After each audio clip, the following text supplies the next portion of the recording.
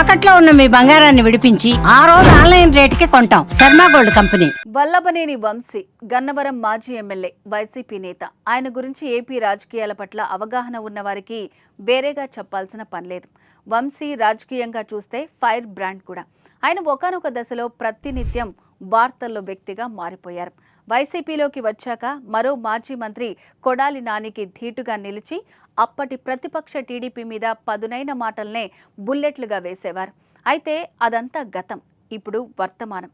మరి వంశీ ఇప్పుడు ఎలా ఉన్నారు అంటే, అయ్యో వంశీ ఏంటి అలా అయిపోయారు అనుకోవాల్సి వస్తోంది.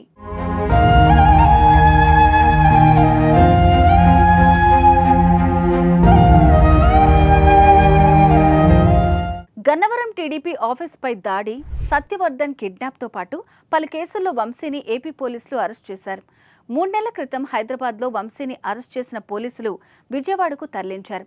అలా గత కొన్ని నెలల నుంచి జరుగుతున్న కేసులు, బెయిల్ పిటిషనల్, మళ్లీ కేసులు, ఇలా దాదాపుగా 100 రోజుల నుంచి వంశీ జైలు జీవితం గడుపుతున్నారు. ఒక కేసులో బెయిల్ వచ్చినా మరో కేసులో బెయిల్ దొరకటం లేదు. ఒకవేళ ఆ కేసులో బెయిల్ వచ్చినా మరో కేసులో నిందితుడిగా జైల్లో వంశీ ఉండిపోవాల్సి వచ్చిన పరిస్థితి.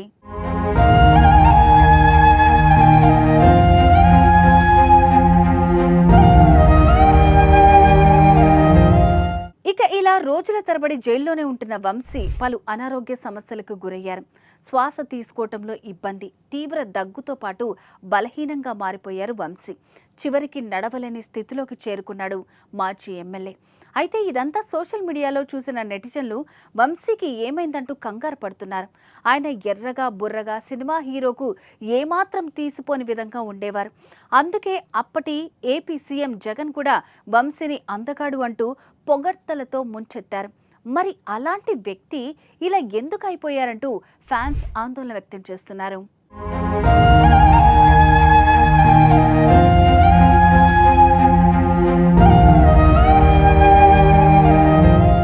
వల్లభనేని వంశీ 2009 నుంచి ప్రత్యక్ష రాజకీయాల్లో ఉన్నారు.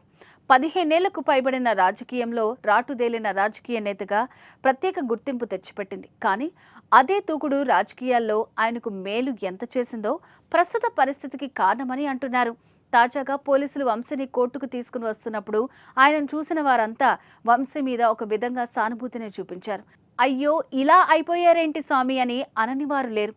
ఒకప్పుడు నల్లని జుట్టుతో, షేవ్ చేసిన గడ్డంతో, పెద్ద కళ్లతో, సూటిగా చూసే చూపులతో వంశీ ఆకర్షణీయంగా ఉండేవారు. ఏపీ జనాలకు ఆ వంశీయే తెలుసు. కానీ ఈ వంశీ జుట్టంతా పండిపోయి ఉన్నారు. అంతేకాదు తరచుగా దగ్గుతున్నారు. అత్యంత బలహీనంగా కనిపిస్తున్నారు. ఒక్కసారిగా 10 ఏళ్ల వయసు మీద పడినట్లుగా వంశీ కనిపిస్తున్నాడు.